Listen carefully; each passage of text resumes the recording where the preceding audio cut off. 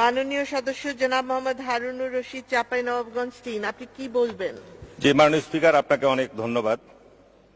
আজকে এই বিশেষ অধিবেশনে আমরা এখানে উপস্থিত হতে পারার জন্য সর্বপ্রথমেই মহান রাব্বুল আলামিনের দরবারে শুকরিয়া আদায় করছি, আলহামদুলিল্লাহ। এই মহা সংকটের মধ্যে আপনি মাননীয় সংসদ সদস্যদের কোভিড টেস্টের উদ্যোগ নিয়েছিলেন এবং আমরা সকলেই সেই কোভিড টেস্টে অংশগ্রহণ করে এই মহান সংসদে উপস্থিত হতে পেরেছি। মাননীয় স্পিকার, এই গত অধিবেশনের পর এই অধিবেশনের মধ্যে জাতীয় এবং আন্তর্জাতিকভাবে অনেক ঘটনা সংঘটিত হয়েছে। এর মধ্যে একটি অত্যন্ত গুরুত্বপূর্ণ এবং অত্যন্ত হৃদয় বিদারক ঘটনা, যে বিষয়টি আমি আপনার মাধ্যমে মাননীয় সংসদ নেতা এখানে আছেন ওনার দৃষ্টিতে আনতে চাই এবং আমি আশা করব যে এ বিষয়ে সংসদ থেকে একটি নিন্দা প্রস্তাব গ্রহণ করা হোক। মাননীয় স্পিকার, আমাদের প্রিয় নবী হযরত মুহাম্মদ মুস্তাফা সাল্লাল্লাহু আলাইহি সাল্লাম, আমরা তাকে অত্যন্ত ভালোবাসি। শুধু ভালোবাসি এটি নয়, তিনি আমাদের অত্যন্ত প্রিয়। গত 30শে অক্টোবর 12ই রবিউল আওয়াল ঈদে মিলাদুন্নবী ছিল।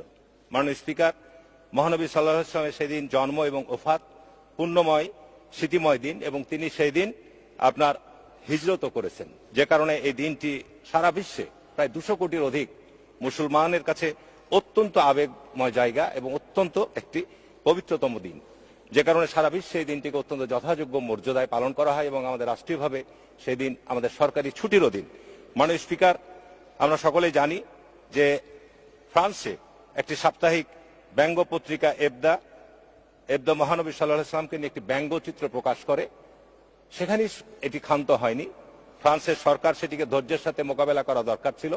সেটি না করে ফ্রান্সের প্রেসিডেন্ট ইমানুয়েল ম্যাক্রো স্বয়ং এটা আগুনে ঘি ঢেলে দিয়েছে এবং সেটিকে এমনভাবে উস্কে দিয়েছে যার ফলশ্রুতিতে মানুষ সারা বিশ্বব্যাপী এটি নিয়ে মুসলমানদের মধ্যে এবং সারা বিশ্বের মুসলিম নেতাদের মধ্যে ওআইসি থেকে শুরু করে সকলেই তার প্রতিবাদ করেছে এবং ফ্রান্সের পণ্য বর্জন করেছে। ইভেন বাংলাদেশেও সারা বাংলাদেশে ধর্মপ্রাণ মুসলমানরা তীব্র নিন্দা এবং প্রতিবাদ জানিয়েছে।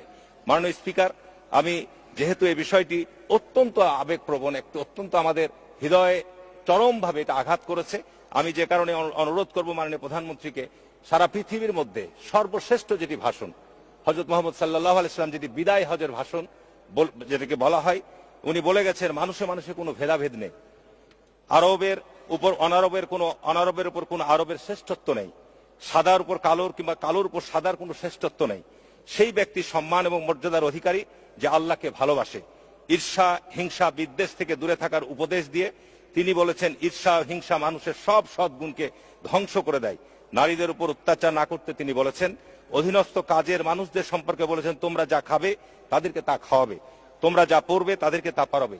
শ্রমিকের শরীরের ঘাম শুকানোর আগে তাদের পাওনা পরিশোধ করতে বলেছেন। বংশগত শ্রেষ্ঠত্ব এবং কৌলিন্য প্রথা বিলুপ্ত করে তিনি বলেছেন কুলীন বা শ্রেষ্ঠ সেই যে বিশ্বাসী এবং মানুষের উপকার করে। ধর্ম নিয়ে বাড়াবাড়ি করতে নিষেধ করেছেন। তিনি বলেছেন অতীতে বহু জাতি ধর্ম নিয়ে বাড়াবাড়ি করার কারণে ধ্বংস হয়ে গেছে।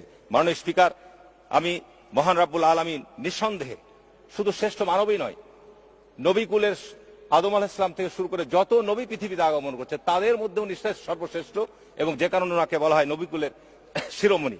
আমি মাননীয় স্পিকার আপনার মাধ্যমে অনুরোধ করব, অবশ্যই অবশ্যই বাংলাদেশ একটি ধর্মপ্রাণ, এখানে মুসলিম অধ্যুষিত দেশ, অবশ্যই এখানে এই ব্যাপারে সংসদ থেকে একটি নিন্দা প্রস্তাব গ্রহণ করা উচিত এবং এই ব্যাপারে সরকারের পক্ষ থেকে সুস্পষ্ট নিন্দা প্রস্তাব আনার জন্য আমি আপনার মাধ্যমে মাননীয় সংসদ নেতার কাছে আহ্বান জানাচ্ছি। ধন্যবাদ মাননীয় স্পিকার আমাকে সুযোগ দেওয়ার জন্য।